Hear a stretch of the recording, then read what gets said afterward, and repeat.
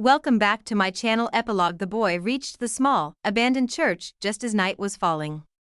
The sycamore was still there in the sacristy, and the stars could still be seen through the half-destroyed roof.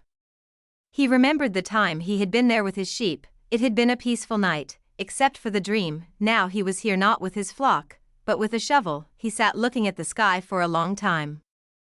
Then he took from his knapsack a bottle of wine, and drank some.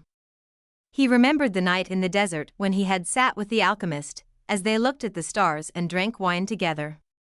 He thought of the many roads he had traveled, and of the strange way God had chosen to show him his treasure. If he hadn't believed in the significance of recurrent dreams, he would not have met the gypsy woman, the thief, or... Well, it's a long list. But the path was written in the omens, and there was no way I could go wrong, he said to himself. He fell asleep, and when he awoke the sun was already high. He began to dig at the base of the sycamore. "You old sorcerer," the boy shouted up to the sky. "You knew the whole story. You even left a bit of gold at the monastery so I could get back to this church." The monk laughed when he saw me come back in tatters. "Couldn't you have saved me from that?" "No," he heard a voice on the wind say. "If I had told you, you wouldn't have seen the pyramids. They're beautiful, aren't they?" The boy smiled and continued digging. Half an hour later, his shovel hit something solid. An hour later, he had before him a chest of Spanish gold coins. There were also precious stones, gold masks adorned with red and white feathers, and stone statues embedded with jewels. The spoils of a conquest that the country had long ago forgotten, and that some conquistador had failed to tell his children about. The boy took out Urim and Thummim from his bag. He had used the two stones only once, one morning when he was at a marketplace. His life and his path had always provided him with enough omens. He placed Urim and Thummim in the chest. They were also a part of his new treasure, because they were a reminder of the old king, whom he would never see again. True, life really is generous to those who pursue their personal legend, the boy thought. Then he remembered that he had to get to Tarifa so he could give 1/10 of his treasure to the gypsy woman, as he had promised. Those gypsies are really smart, head hot. Maybe it was because they moved around so much. The wind began to blow again. It was the levanter, the wind that came from Africa. It didn't bring with it the smell of the desert, nor the threat of Moorish invasion. Instead, it brought the scent of a perfumey new well, and the touch of a kiss that came from far away, slowly, until it rested on his lips. The boy smiled. It was the first time she had done that. "I'm coming, Fatima," he said. An inspirational companion to the alchemist that invites us to live out our dreams, to embrace the uncertainty of life, and to rise to meet our own unique destiny. In his inimitable style, Paulo Coelho presents a collection of philosophical stories that will delight and guide seekers everywhere and help bring out the warrior of light within each of us. Warrior of the Light. Prologue. Just off the beach to the west of the village lies an island, and on it a vast temple with many bells, said the woman. The boy noticed that she was dressed strangely and had a veil covering her head. He had never seen her before. "Have you ever visited that temple?" she asked.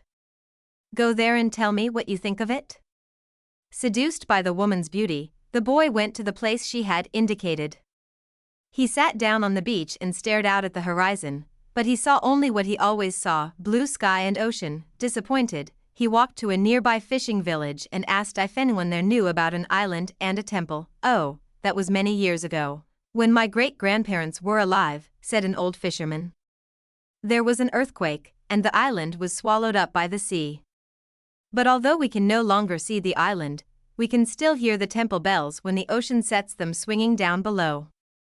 The boy went back to the beach and tried to hear the bells.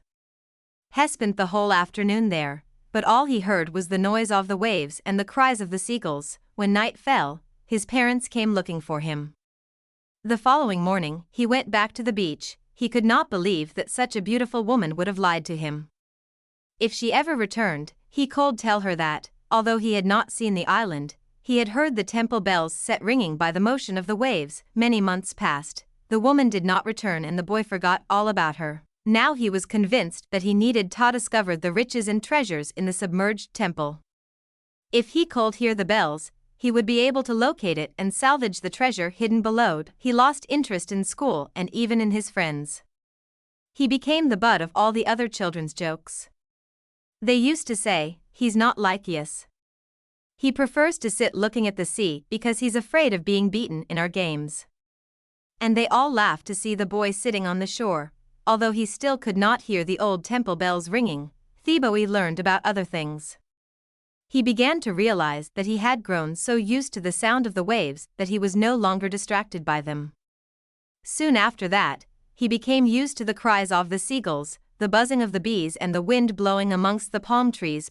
6 months after his first conversation with the woman, the boy could sit there oblivious to all other noises, but he still could not hear the bells from the drowned temple. Fishermen came and talked to him, insisting that they had heard the bells, but the boy never did. Some time later, however, the fishermen changed their tune. "You spend far too much time thinking about the bells beneath the sea, forget about them and go back to playing with your friends.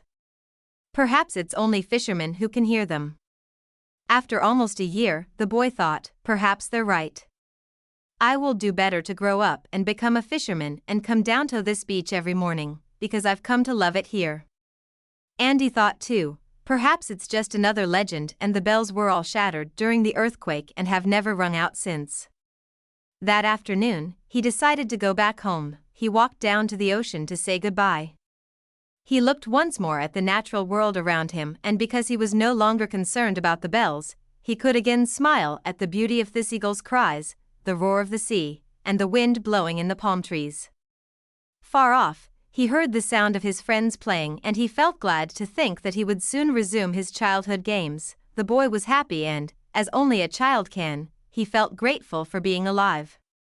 He was sure that he had not wasted his time, for he had learned to contemplate nature and to respect it then, because he was listening to the sea, the seagulls, the wind in the palm trees, and the voices of his friends playing. He also heard the first bell.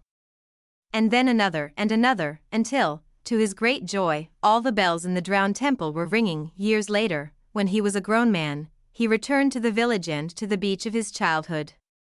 He no longer dreamed of finding treasure at the bottom of the sea. Perhaps that had all been a product of his imagination, and he had never really heard the submerged bells ring out on one lost childhood afternoon.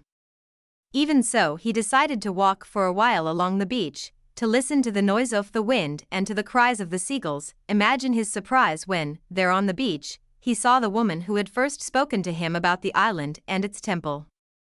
"What are you doing here?" he asked. "I was waiting for you," she replied. He noticed that, despite the passing years, the woman looked exactly the same. The veil hiding her hair had not faded with time. She handed him a blue notebook full of blank pages. "Write, a warrior of the light values a child's eyes because they are able to look at the world without bitterness.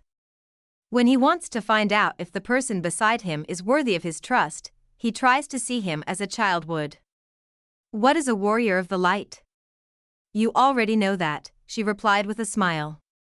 "He is someone capable of understanding the miracle of life, of fighting to the last for something he believes in, and of hearing the bells that the waves set ringing on the seabed." He had never thought of himself as a warrior of the light. The woman seemed to read his thoughts. Everyone is capable of these things. And, though no one thinks of himself as a warrior of the light, we all are. He looked at the blank pages in the notebook. The woman smiled again. "Write about the warrior," she said.